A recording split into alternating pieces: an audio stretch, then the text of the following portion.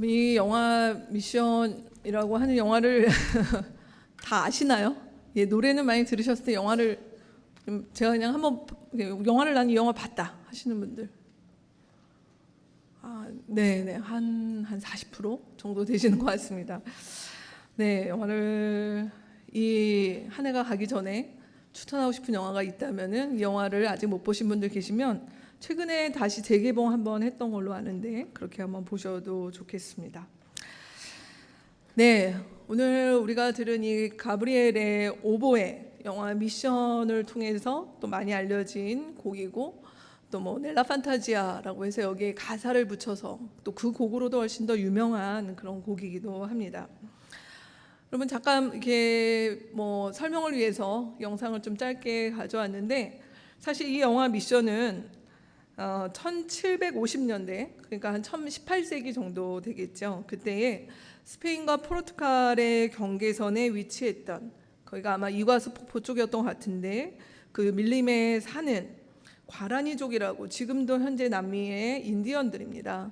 이 인디언들 속에 선교를 하면서 있었던 또 실제 이야기들을 영화로 이렇게 만들었던 이야기입니다. 그래서 유명한 두 젊은 배우의 젊은 시절이 보이죠. 제레미 아이언스가 예수의 소속의 가브리엘 신부의 역할을 감당했고, 그리고 로버트 드니로가 아까 보시면 이렇게 울면서 이렇게 앉아 있던 멘도사라고 하는 이 사람은 용병이고 사실 나쁜 역할이었는데 이 가브리엘 신부를 만나 회심했던 그런 주인공으로 나오는 것이 이 영화입니다. 여러분, 영화를 혹시 뭐 정말 오래되셔서, 저도 이번에 설교 준비하면서 좀 봤는데, 이 영화의 이제 첫 장면 중에 어떤 부분이 나오냐면은, 이 가브리엘 신부가 이 오보에를 불기 위해서 이게 쉬운 게 아니라 폭포가 막 떨어지는 이제 언덕을 가까스로 이제 올라가요. 근데 그 올라갈 때 사실 폭포가 무서운 것도 있었지만 그 앞에 무슨 일이 있었냐면, 이 과라니족을 선교하려고 갔던 한 예수의 선교사가 그 폭포에 십자가에 매달려 가지고 둥둥둥 떠내려가서 폭포에 떠내려가 죽는 장면으로 영화가 이렇게 있습니다. 그래서 이미 이 과라니족 선교가 쉽지 않았고, 예수의 소속 그 선교사들이 죽임을 당했던 그 곳으로 이 가브리엘 신부가 굉장히 두려움 끝에 갑니다. 그리고 가서 자리를 잡고 앉아서 손을 덜덜덜덜 떨면서 이 오보에를 부르게 되죠. 그리고 사실은 그 주변에 과라니족들이 뭐 창이라든가 이런 무기를 들고 잡으려고 이렇게 하다가 그 음악 소리에 어떻게 보면은 마음이 사로잡혀서 마음을 열고 이 가브리엘 그 선교사를 데리고 자기 마을에 들어갑니다. 그리고 거기서 이제 가브리엘 선교사가 마을 사람들에게 소위 선교 사역을 하게 되죠. 그래서 마을 사람들에게 음악도 가르치고 아까 보셨던 장면처럼 뭐 교회도 세우고 하는 뭐 이런 부분 가운데 이렇게 나옵니다. 그 와중에 이 어떻게 하다 보니 영화 얘기를 좀 하게 되는 것 같은데, 그 와중에 이 멘도사라고 하는 사람은 사실 이 과라니족에게는 굉장히 안 좋은 기억의 사람입니다. 왜냐하면 이 과라니족을 데려다가 노예로 파느라 사실은 못된 짓을 너무 많이 했던 사람이었어요. 근데 이 사람이 자기 동생을 죽이게 되는 사건을 겪으면서 그 죄책감에 스스로 감옥에서 나는 이제 끝난 인생이야 라고 하는데, 이 사람을 붙잡아 어떻게 보면 회심을 시켰던 사람이 가브리엘 수사입니다. 그리고 이 가브리엘 수사를 만나서 이 멘도사는 아까 보셨던 것처럼 그 과라니족의 마을에 찾아와 그들의 용서를 받고, 그리고 예수의 그 수사로 제2의 삶을 시작하게 되는 일들이 바로 이 영화의 앞부분을 사실은 차지하고 있습니다. 저는 지난주에 여러분의 설교 안에 실려드렸던 것처럼 스카펙이라고 했던 사람이 했던 말을 다시 재인용했는데요. 사실 이 세상이 많이 악하고 또 어려움과 죄악이 관영한 것 같이 보이더라도 사실은 선한 사람들에 의해서, 심지어 죽는 것을 각오하고서라도 그 선한 일을 하기 위해서 갔던 사람들, 그들을 통하여 사실은 이 세상에 많은 균열과 어떻게 보면 평화의 증진과 이런 일들이 분명히 있었을 것입니다. 그러나 이 영화의 뒷부분에도 나오고 또 우리가 알고 있는 현실은 사실 평화라는 게 어떻게 보면 신기루와 같다라고 느껴질 때가 많이 있습니다. 그래서 볼 듯 말 듯 이쯤 왔나라고 해보면은 또 이만큼 저 멀리 가 있는 너무나 아득해 보이는 그런 평화가 있지 않는가라는 생각도 듭니다. 오늘 우리 11월 한 달간 우리 공동체는 우리 한 해 돌아보기라고 하는 주제로 같이 보고 있는데요. 마지막 주 우리 세상과의 관계에서 특별히 우리를 이 땅 가운데서 평화라고 하는 결코 이 쉽지 않은 주제를 우리 말씀 가운데서 어떻게 보고 있는지 우리 말씀을 통해서 같이 나눴으면 좋겠습니다. 오늘 말씀이 짧아서 우리 시편 125편을 한번 먼저 전체를 한번 같이 읽도록 하겠습니다. 주님을 의지하는 사람은 시온산과 같아서 흔들리는 일이 없이 영원히 서 있다. 산들이 예루살렘을 감싸고 있듯이 주님께서도 당신의 백성을 지금부터 영원토록 감싸 주신다. 의인이 불의한 일에 손대지 못하게 하려면 의인이 분깃으로 받은 그 땅에서 악인이 그 권세를 부리지 못하게 하여야 한다. 주님, 선한 사람과 그 마음이 정직한 사람에게 은혜를 베풀어 주십시오. 주님, 비틀거리면서 굽은 길을 가는 자를 벌하실 때에 악한 일을 하는 자도 함께 벌받게 해주십시오. 이스라엘의 평화가 깃들기를. 오늘 말씀은 오늘 세 부분으로 우리가 같이 나눠서 볼 텐데요. 이 땅 가운데서 우리에게 평화라는 것이 무엇인가? 주님이 우리 가운데 평화의 주님, 우리 찬양 가운데서도 그렇게 나눴는데 이 평화라고 하는 것의 어떤 실체 아니면 이것들이 이 땅에서 어떻게 해야 되는가라고 하는 부분을 말씀 가운데서 먼저 봤으면 좋겠습니다. 오늘 여러분이 읽은 1, 2절 말씀에 보면 먼저 이 평화는 우리가 주님으로 인해서 누릴 수 있다라고 얘기합니다. 그래서 이 누리는 것은 어떻게 하는가? 주님을 의지함으로 가능하다라고 하는 것이죠. 우리 11월 한 달간의 말씀을 우리가 이런 얘기들을 같이 나눴는데 잠깐 한번 같이 복기를 해봤으면 좋겠습니다. 저는 11월 첫 주에 여러분과 하나님과의 관계에서 같이 나눴습니다. 그래서 하나님과의 관계에서 우리가 하나님을 알아갈수록 우리 자신이 작아지고 하나님이 우리 안에서 커지신다. 이를 위해서 어떻게 해야 되는가? 바닷가재처럼 우리 자신을 탈피하고 심지어 인생의 깊은 물속에 있을 때라 하더라도 그 안에서 우리 자신이 하나님 앞에 더 나아갈 때 우리보다 크신 하나님을 경험할 수 있게 된다. 이것이 하나님을 의지하는 것이다. 같이 나눴습니다. 두 번째 주에는 우리 자신과의 관계에서 가면을 벗고 직면으로라고 하는 주제를 같이 나눴었죠. 그래서 우리 인생 가운데 수많은 가면, 수많은 페르소나를 벗고 우리가 그 가면이 아니라 하나님의 분신이 되는 그런 참된 페르소나로 나아가자. 이것이 주님을 의지하는 길이다. 같이 나눴습니다. 지난주에는요, 공동체와의 관계에서 우리가 은총의 밥상을 함께 나누는 사람들인데 그 은총의 밥상이라는 것은 무엇이냐면 우리 가운데 하나님 앞에 어떤 답이 정해져서 그것들을 하나님이 응답하시냐 안 하시냐가 아니라 하나님은 그 자체로 우리 가운데 능력과 힘이 되시는 그 하나님 나라 텐션, 제가 지난주에 얘기했죠. 하나님 나라 저세상 텐션으로 살아가는 우리, 그 얘기들을 같이 나눴습니다. 여러분, 주님을 의지하는 것은 어떤 추상이나 관념이 아닙니다. 주님을 의지한다는 것은 반드시 무엇이 있냐면 변화가 있습니다. 그래서 우리의 인생 가운데 사실은 우리를 싸고 있는 많은 것들로부터 우리로 탈피하게 만들고요. 또 어쩌면 우리가 직면하고 싶지 않은 일들을 주님을 의지함으로 직면하게 되는 일들이 있고요. 우리 가운데 나는 못하겠어 라고 할 때 주님께서 주시는 힘으로 더 나아갈 수 있도록 하는 그 모든 것, 그것이 주님을 의지하기 때문에 가능한 것입니다. 근데 이 주님을 의지한다라는 것은 아이러니하게도 오늘 본문에 보면 흔들리는 일이 없이 영원히 서 있는데 이 흔들림이 없다는 것을 경험하려면 흔들려 봐야 된다는 것이에요. 흔들려 봐야 흔들림으로 우리가 흔들리지 않고 서는 법을 어쩌면 배우는 것 같습니다. 그래서 우리의 신앙은 하나님께서 우리가 안전지대라고 여기는 것들에 대해서 주님께서 건드리시죠. 어쩌면 그 안전지대가 누구에게는 깊은 물이 될 수도 있습니다. 삶에 안주하는 지점이 될 수도 있어요. 우리가 매주 노래와 아니면 연주와 일들을 들었을 때 내 속에 너무 내가 많아서, 내가 뒤집어 쓰고 있는 가면이 많아서 그 모든 것들이 사실은 우리가 잡고 있는 안전지대일 텐데 그것들을 하나님 앞에서 주님께서 우리에게 흔들려서 그것들이 아니야 라고 말씀하시는 일들을 통해서 비로소 우리가 주님을 의지하는 자리에 나아가게 된다는 것이죠. 그래서 3주간 우리 시편 말씀에서 이런 주제들을 다뤘습니다. 파수꾼의 심정에 대해서, 젖된 아이가 주님 안에서 누리는 그 참 평안에 대해서, 그리고 우리 주님 앞에서는 어둠과 빛이 다른 것이 아니라 그 모든 것을 관장하시는 주님이 계시다는 것.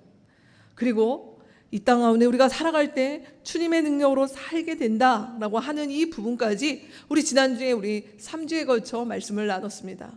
오늘 예배가 처음이신 분들에게는 죄송하지만 지난 3주간 이런 주제로 우리 말씀을 같이 나눴습니다. 여러분, 우리가 이런 것들을 우리 자신이 정말 잘 누리고 소화하는 사람이면은 얼마나 사실 좋겠습니까? 이것만 누리는 것들, 세상이 어떠됐던 간에 내 안에서 주님 때문에 우리가 고백하신 것처럼 내 영혼의 그 깊은 곳에 주님으로 인해서 누리는 그 평안이 나를 사로잡아서 어지간한 일들 가운데 내가 요동함이 없이 하나님 앞에 이렇게 갈 수만 있다면 그 인생이 얼마나 사실 부럽고 멋지겠습니까? 여러분, 그런 삶을 갈구하지 않으십니까? 사실 저도 그렇습니다.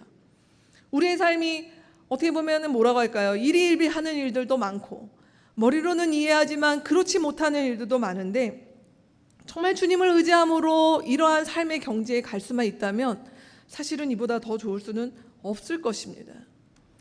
근데 오늘 본문은 이러한 평화의 상태를 사실은 거기에 머물지 않고 어쩌면 이것이 우리가 누릴 수 있는 아주 소극적인 의미에서의 평화다라고 이야기하고 있는 것 같습니다.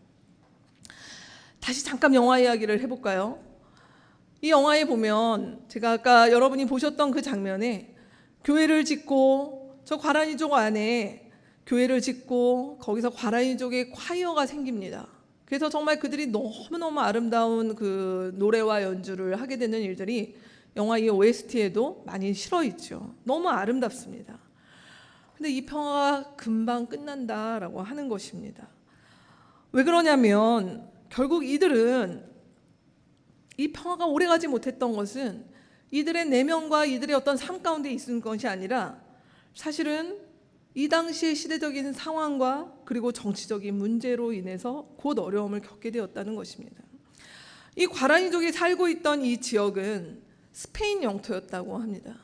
근데 이 스페인 영토였는데 양국의 협력 관계에 의해서 포르투갈로 넘어가게 돼요. 그리고 포르투갈은 이 시기에 노예 제도가 합법적인 것이 여전히 있었기 때문에 다시 과란이족은 위협에 처하게 됩니다. 그래서 이 예수의 그 가브리엘 수사를 비롯하여 멘도사가 이 족을 보호하기 위해서 나름 애쓰지만 교황청에서 사람이 오고 그리고 그 교황청에서 왔던 추기경은 이 신부들의 손을 들어주지 않고 자기들의 권력과 어떻게 보면 당시의 식민주의의 어떤 이 정책들을 유지하기 위해서 이 예수의 교회를 폐쇄하도록 명령을 하게 됩니다. 그리고 이 두 신부는 거기에 따르지 않게 되죠. 방식이 각각 달랐습니다. 가브리엘 신부는 나는 비폭력으로 하겠다. 그리고 멘도사 신부는 아니다. 그래서 과란이족을 이들을 무장을 시킵니다. 그러나 결국은 이 모든 것들이 역부족이 되고 영화의 마지막은 두 수사가 안타깝게 죽게 되고 많은 과란이족의 희생이 있었고 그리고 현재까지 이 과란이족은 사실은 이 17, 18세기 때 남미의 주류를 형성하던 인디언들이었지만 지금은 한 23만 정도밖에 남지 않는 그런 어떤 비극적인 일들을 겪게 되었습니다. 여러분, 이 영화가 단순히 이 개인들이 겪는 어떤 이 두 수사의 어떤 다른 관점 아니면 영웅적인 이야기가 아니라 영화를 다시 보게 되면 어떤 부분이 보게 되면 사실 우리가 굉장히 아픈 기독교의 한 역사를 보게 되는 것이죠. 그것은 뭐냐면 가브리엘이라고 하는 수사로 대표되는 18세기, 19세기 그리고 20세기까지 그리고 그 영향은 우리나라도 마찬가지였습니다. 이 땅 가운데 복음을 들고 들어왔던 수많은 선교사들이 사실은 하나님의 사신이라고 하는 이름이었지만 그들은 제국주의의 신여 역할을 했던 경우가 사실은 상당히 많이 있었다라고 하는 것입니다. 여러분, 가브리엘이라고 하는 이 이름 자체가 하나님의 전령입니다. 그런데 하나님의 이 전령이 어느덧 이 땅 가운데 압제와 독재와 수많은 제국주의의 전령 역할을 하게 되는 이 이야기, 이것이 이 영화가 보여주고 또 우리 가운데 알려주는 이야기가 같습니다. 여러분, 이 두 수사가 무엇을 잘못했습니까? 또 그 시기에 또 우리나라에 왔던 수많은 선교사들과 이러한 어떤 역할을 했던 사람들이 그들의 회심이 문제였습니까? 그들은 간첩이었습니까? 오늘날로 얘기하면 그렇지 않습니다. 그 개인의 평화, 그 개인의 어떤 것과 상관없이 사실은 그들을 둘러싸고 있는 사회 구조와 그 시대의 여러 정치적인 상황들에 의해서 사실은 우리의 순수한 의도와 믿음과 이 모든 것들이 때로는 왜곡과 오해를 겪게 되는 일들이 분명 여러 번 있었다라고 하는 것을 보게 됩니다. 여러분, 그래서 영화를 보고 어떤 사람이 이런 글을 적었습니다. 사실 이런 이야기들 종종 듣죠. 기독교라고 하는 아편이 있다. 이 아편은 무엇을 남기는가? 가는 곳마다 평화라고 하는 그 이름으로 거기에 살고 있었던 사람들의 손에 성경 한 권만 쥐어주고 나머지 모든 것을 빼앗아 버리는, 그래서 그들이 그 모든 것을 빼앗기고도 우린 낙원에 갈 수 있어 라고 하는, 전혀 현실을 바라보지 못하는 그런 아편과 같은 역할을 하는 기독교라고 하는 것들을 지난 오랜 세월 동안 사실 기독교의 부끄러운 역사요, 그렇게 욕을 먹었던 일들이 있었고 사실 부인할 수 없는 지점도 있습니다. 저는 이런 표현을 좀 들고 싶습니다. 이런 평화가 무엇인가? 평화는 마치 공기와 같습니다. 우리 요즘에 미세먼지, 오늘도 뭐 이렇게 날씨가 썩 좋아지지 않는데요. 이 미세먼지가 밖에 있는데 우리 집에 아무리 좋은 공기청정기가 있다고 한들 그것이 맞는 방법일까요? 밖에 미세먼지가 꽉 차 있는데 나는 집에서 이 미세먼지가 이 공기청정기가 있어서 나는 이걸로 숨을 쉬며 건강하게 살 거야 라는 것이 가능하지 않다라고 하는 것을 여러분 알지 않으십니까? 평화가 이와 같습니다.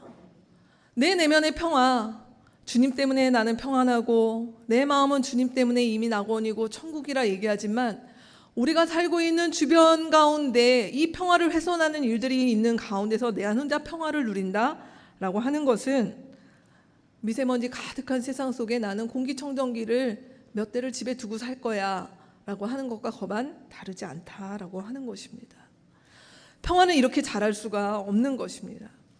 그래서 오늘 본문은 무엇이라고 얘기를 하냐면 그런 소극적인 평화, 그냥 하나님을 의지함으로써 내 안에서 내 내면에서 누리는 평화를 넘어서서 적극적으로 평화를 일구고 만드는 그 자리 가운데 우리에게 서라고 요청하고 있습니다. 우리 3절 말씀을 한 번 더 같이 읽겠습니다. 의인이 불의한 일에 손대지 못하게 하려면 의인이 분깃으로 받은 그 땅에서 악인이 그 권세를 부리지 못하게 하여야 한다. 오늘 이 말씀은 굉장히 우리에게 적극적인 행동과 그리고 생각의 전환을 요구하고 있는 본문입니다. 이 본문은 첫 번째로 무엇을 얘기하고 있냐면 의인이 불의한 일에 가담해야 살아갈 수밖에 없는 우리의 현실에 대해서 외면하지 말라고 이야기하고 있는 것입니다. 여러분, 이 땅 가운데 많은 사람들이 있고 소수의 누가 뭐라고 하지 않아도 정말 나쁘고 악한 일을 하는 사람들이 있습니다. 사람을 죽이고 해서는 안 되는 일을 하는 사람들이 있습니다. 우리 미션이라는 영화에 보면 멘도사라고 하는 사람이 그런 삶을 살았던 사람입니다. 근데 그거보다 더 큰 문제는 무엇이냐면 개인의 폭력과 이 지점이 아니라 우리로 하여금 그 폭력에 침묵하거나 가담할 수밖에 없도록 만드는 그런 구조적인 폭력이라고 하는 것이 우리 사회에는 너무나 강고하게 있다는 것입니다. 여러분, 제가 실어드린 내용을 같이 우리 한 목소리로 읽어볼까요? 구조적인 폭력은 구조를 결정하고 운영하는 사람들과 그런 과정에 참여하지 못하는 사람들 사이에 힘의 차이가 크기 때문에 생긴다. 힘을 가진 사람들은 자신이 더 많은 이익을 얻을 수 있도록 구조를 만들고 운영하며 힘이 약한 사람들이 불이익을 받는 것을 외면한다. 이 영화 미션에서 보여줬던 이야기가 바로 이 이야기였습니다. 구조적인 폭력에 희생당하는 개인들, 그리고 구조적인 폭력이라고 하는 것들 속에 힘이 없이 무너져 내리는 어떻게 보면 개인의 평화라고 하는 면의 단면을 보여주고 있는 것입니다. 그럼 우리나라의 이야기로 한번 같이 해보죠. 저는 이 땅에 우리가 살고 있는 이 땅 가운데서 우리가 의인으로 이 땅 가운데 의인답게 살아가지 못하고 불의한 일들에 가담하거나 침묵하거나 협조하지 않으면 살 수 없도록 만드는 여러 가지 원인들이 있는데 그 가운데 제일 큰 것은 우리는 분단을 겪으면서 사실 지난 역사에 정말 과거사의 안 좋은 것들을 우리는 제대로 청산하지 못한 채 그들이 일제나 아니면 분단의 그 시기에 분명히 불법과 불의를 행했던 자들이 여전히 기득권을 유지하고 지금의 사회까지 건너왔다고 하는 데가 제일 큰 원인이라고 보여집니다. 그리고 그들에 의해서 이제 우리 사회는 부동산, 어떻게 보면 교육이라고 하는 이유로 우리 사회의 많은 사람들을 여기에 동원하게 만드는 일들이 생겨버렸습니다.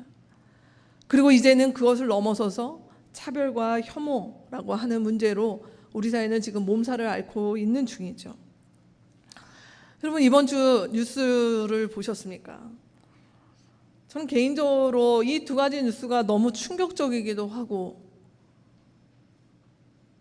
정말 좀 많이 화가 나는 소식이었습니다.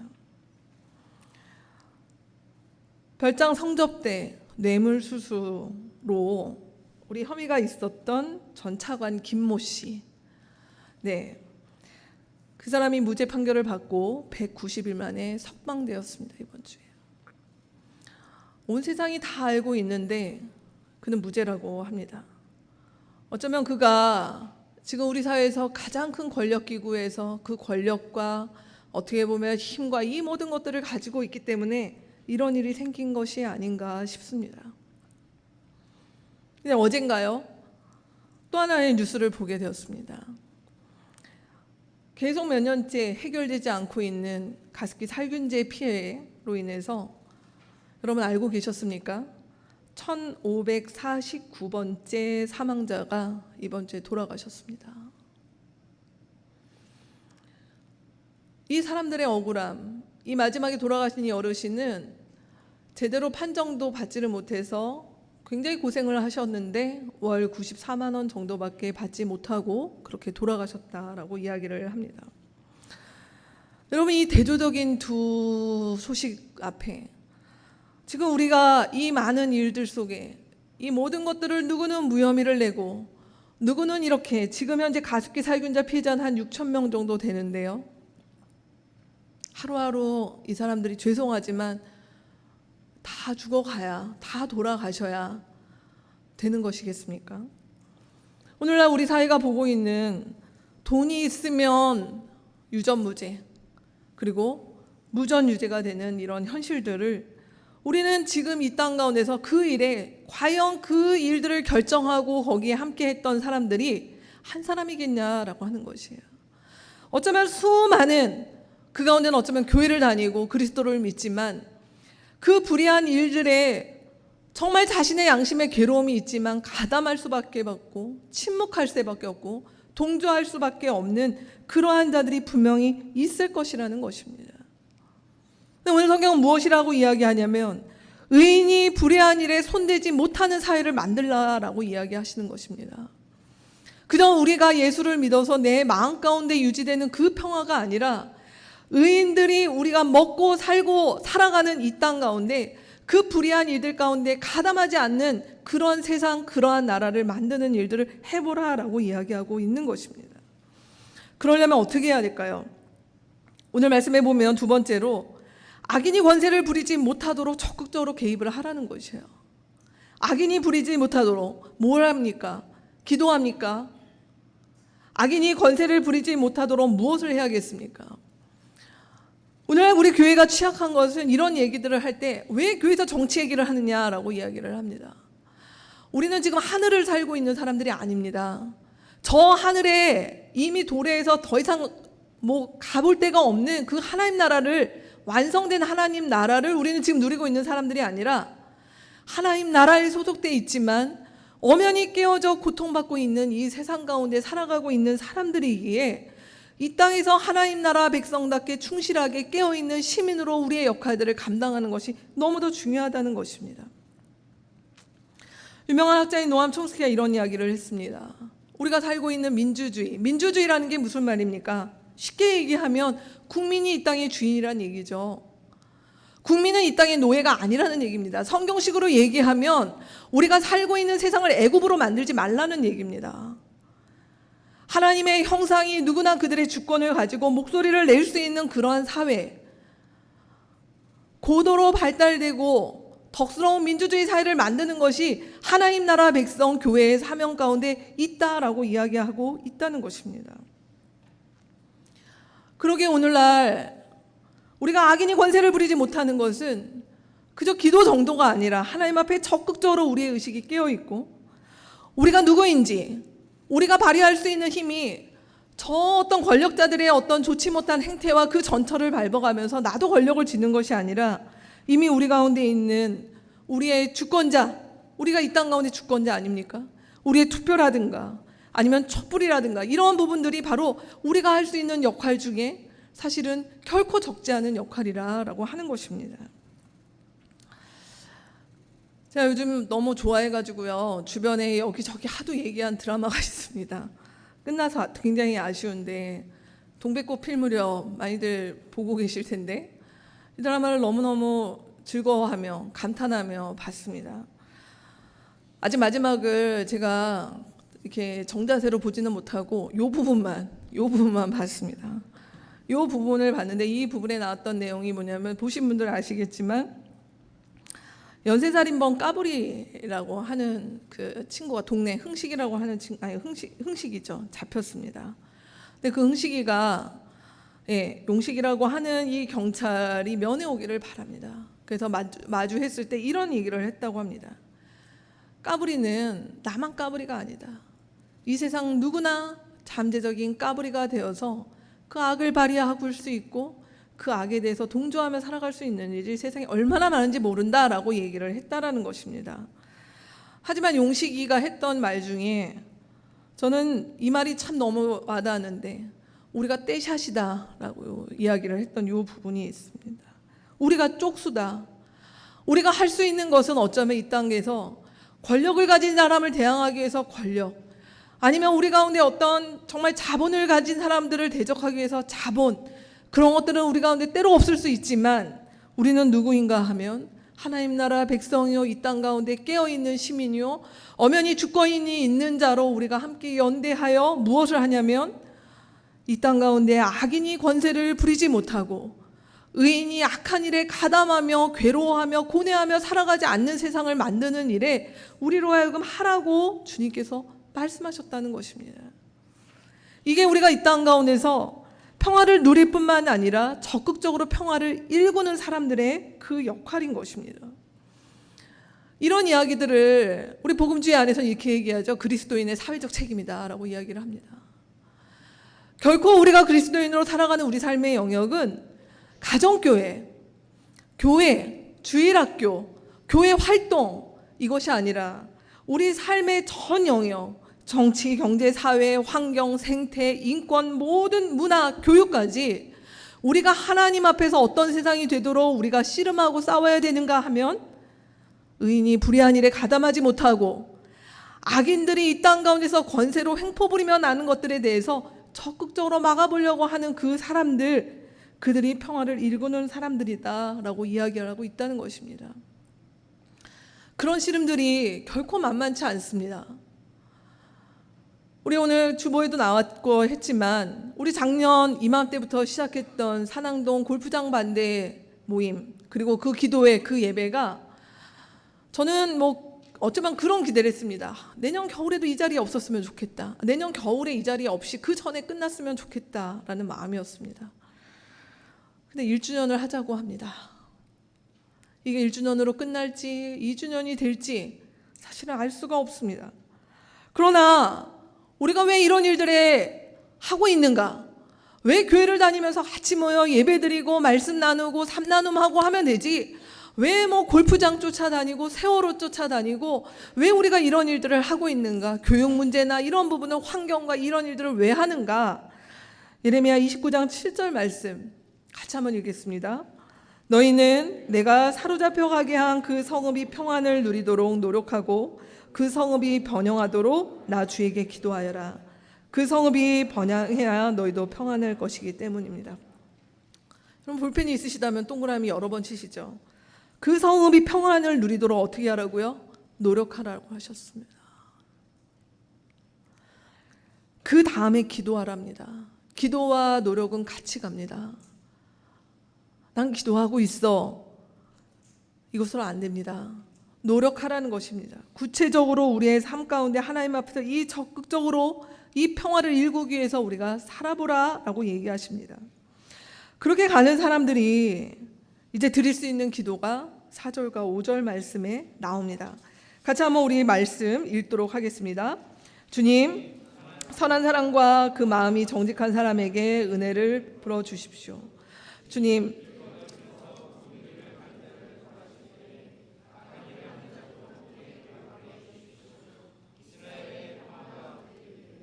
네, 이 말씀에 보면 먼저는 무엇이라고 얘기하냐면 선한 사람과 그 마음이 정직한 사람에게 은혜를 베풀어 주십시오라고 기도를 합니다. 여러분, 이런 기도를 드리면 주님이 그렇게 얘기하실 것 같습니다. 내가 너에게 준 은혜로 그들에게 베풀어 보라고요. 이미 너에게 준 은혜로 베풀어 봐라. 그러면 어떻게 해야 됩니까? 선하고 정직한 일을 하려고 힘쓰는 사람들, 그들이 꼭 기독교인이 아니어도 되겠습니다. 그러나 우리 사회를 위해서 선하고 정직한 일을 하고 있는 사람들에게 힘을 실어주는 것, 그들과 연대하는 것, 지지하고 후원하는 것, 거기에 참여하는 것, 이것이 오늘 기도의 내용이라는 것입니다. 그렇게 기도하라라고 하는 것입니다. 여러분, 한 해를 마무리하며 우리 연말에 송년회와 많은 일들이 있고 새해를 계획하는 일들이 있을 때 저는 여러분들에게 한 가지 제안 드리고 싶습니다. 여러분, 어디를 후원하고 계십니까? 단돈 5,000원이라도 10,000원이라도 월마다 여러분 어디 후원하시는 곳이 몇 군데나 되십니까? 한번 2020년을 시작하면서 이제는 나의 삶을 조금 더 우리가 커피 한 잔 아니면 외식 한번 줄여서라도 우리가 이 땅 가운데 선하고 정직한 일을 하고 있는 단체나 사람이나 그게 우리 교회가 혼하는 아시아의 친구들 될 수도 있겠습니다.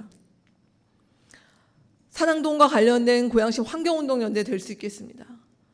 우리 신영자매가 일하는 단체일 수도 있겠습니다. 그런 곳들을 지지하고 후원하고 하는 일들을 한번 실천해 보시면 어떻겠습니까? 그것이 오늘 주님께서 말씀하시는 첫 번째, 우리가 선하고 정직한 일을 위해서 그저 그냥 기도만 하는 것이 아니라 우리가 참여하는 방법이라고 이야기합니다. 두 번째는 오늘 말씀해 보면 악한 일을 기억하라는 것이죠. 주님, 무엇이라고 기도를 하고 있죠? 저 비틀거리며 구분길을 가는 자를 벌하실 때 악한 일을 하는 자도 함께 벌하여 주십시오라고 하는 이 기도는 무엇이라고 얘기할 수 있냐면 우리가 기억하라는 것이에요. 여러분이 악한 일을 없애는 것은 그 악한 일을 붙잡고 씨름해서 감옥에 쳐넣는 그런 방법도 있지만 무엇이 악했던 일인지 그 일에 대해서 잊지 않는 것이 우리 이 땅 가운데서 폭력을 없애고 종식시키는 아주 중요한 방법 중에 하나인 것입니다. 우리가 그것들을 잃어버리는 순간 그 일들은 이 땅에 어디서나 곳곳에서나 재현됩니다. 그래서 우리 하나님 앞에서 내가 잊지 않겠습니다. 저는 이 연말에 그래서 다짐했습니다. 얼마 전 골프장에 간 전모 씨, 이번 주에 이렇게 풀려난 김모 씨, 광화문 앞에서 목사라는 이름으로 막말을 하고 있는 전모 씨, 세월호, 살균제 파동, 산항동, 이 땅 가운데 아파 있는 그 일들에 대해서 적고 기도하고 기억하고 잊지 않겠다라는 생각을 하게 됩니다. 그래서 이 일들을 잊지 않는 사람이 있다. 그러니 어떻게 해라? 악인들이요. 그 일들을 잘못하고 있지만 많은 사람들이 잊어버려서 더 이상 그것들을 모르는 세상이 오기를 바라는 사람들의 그 바람이 이루어지지 않도록 우리는 그 악한 일들을 기억하고 계속해서 집중하고 하는 일들도 하나님 앞에서 우리의 중요한 기도 가운데 하나라는 것입니다. 그럴 때 어떻게 될까요? 오늘 말씀해 보면 주님 이스라엘의 평화를 주십시오라고 하는 이 기도는 그냥 우리가 처음에 얘기했던 세상이 어떻게 돌아가는지 모르겠고 난 예수님 때문에 마음이 평안해, 요즘 괜찮아 라고 하는 그 평화가 아니라 성경은 끊임없이 무엇이라고 얘기하냐면 정의와 평화가 같이 간다. 정의가 구현되지 않는 평화는 반쪽이다. 사랑은 진실과 함께 가야 된다. 진실이 없는 사랑이라고 하는 것은 가식이다 라고 하는 말씀으로 우리 가운데 말씀하고 있지 않습니까? 여러분, 오늘날 이 땅 가운데 수많은 평화라고 많은 얘기들 하지만 그 평화가 정의가 없는 평화들이 많습니다. 그들만의 평화, 가진 자들만의 평화, 권력을 가진 자들만의 평화일 때가 얼마나 많이 있습니까? 오늘 주님은 우리 가운데 마지막으로 이야기하십니다. 우리가 이 땅을 살아갈 때 우리가 예수를 믿는 것, 내가 교회를 다니는 것, 내가 신앙생활을 하는 것은 고단한 세상 가운데 내 내면의 평화 하나 붙잡고 하나님 앞에 살다가 죽으면 저 세상 가는 그런 평화가 아니라 오늘 이 땅 가운데 나의 평화는 세상의 평화가 무관하지 않고 이 세상의 평화가 이루어지도록 하나님 앞에서 투쟁하고 때로는 싸우고 기도하고 애쓰고 함께하고 연대하는 사람들을 통하여서 하나님은 이 땅 가운데 우리 하나님의 나라가 우리가 찬양하고 했던 것처럼 그 나라가 우리를 통해서 오게 하시겠다고 약속하셨다는 것입니다.